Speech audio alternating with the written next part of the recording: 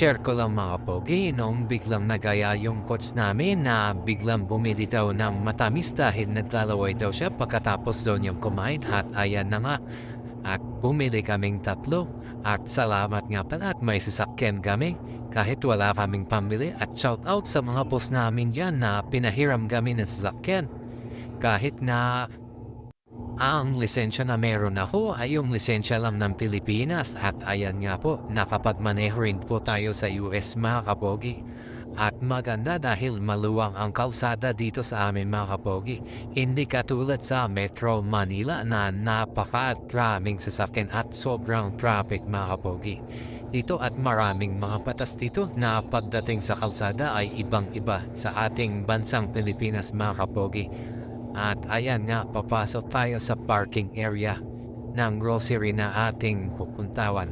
At pati yung parking area dito mga kapogi ay free. Libre mga kapogi at walang bayad mga kapogi. Yan ang isa sa pinagkaiba natin doon. Pero sa ibang lugar dito mga kapogi ay may mga parking fee daw. Lalong-lalo sa mga sentrong lugar mga kapogi. Marami daw talaga doon, may mga bayad din ang parking at dito ay maluwang naman ang parking. At ayan, maghahanap po tayo ng parking mga kapogi. At muli nagpapasalamat kami sa mga boss namin at pinahiram kami ng kanilang sasakyan.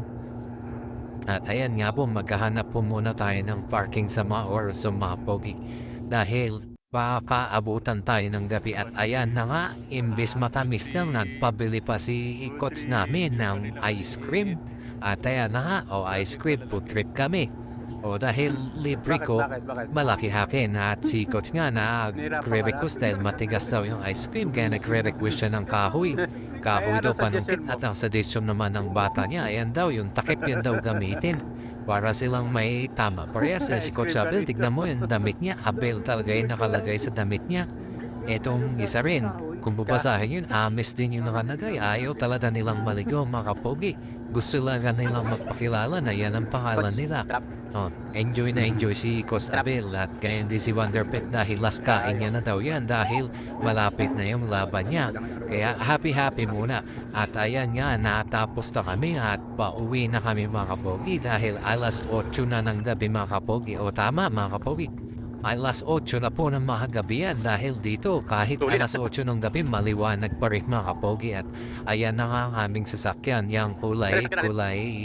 Hindi po yan mga kapogi. Hindi po yung kulay puti. Wala po kami yan. Ayan po sa akin ha, mga kapogi. Diba? Matuloy yan mga kapogi. Kondisyon yan.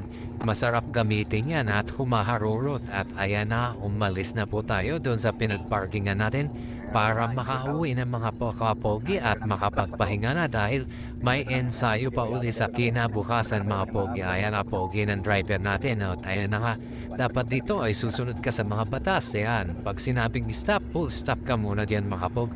Hindi ka pwedeng umabante hanggat may sasakyan. Yan yung mga full stop na sinasabi. Bago dumiretso, tingin sa kanan, tingin sa kaliwa. Kailangan sundin mo yan para hindi ka mahuli dito. At ayan na nga, pauwi na tayo mga kapogi. Medyo malapit lang naman tayo rito mga kapogi. Hindi naman po ganun kalayo ang bahay natin dun sa may grocery na yan. Kaya medyo pinayagan tayo na gamitin yung kanilang sasakyan mga kapogi. At ayan na nga, maluwang talaga ang kalsada rito mga kapogi. Hindi ganun kasikip katulad din sa atin sa Pilipinas. At ayan na, malapit na tayo. At yan na nga, lumiko na tayo mga kapogi dahil dito yung bahay namin. Yan po yung mga bahay. At salamat po mga pogi sa walang sawang pagsubaybay sa ating mga video. Pa-like, share at subscribe naman para sa mas maraming video mga pogi.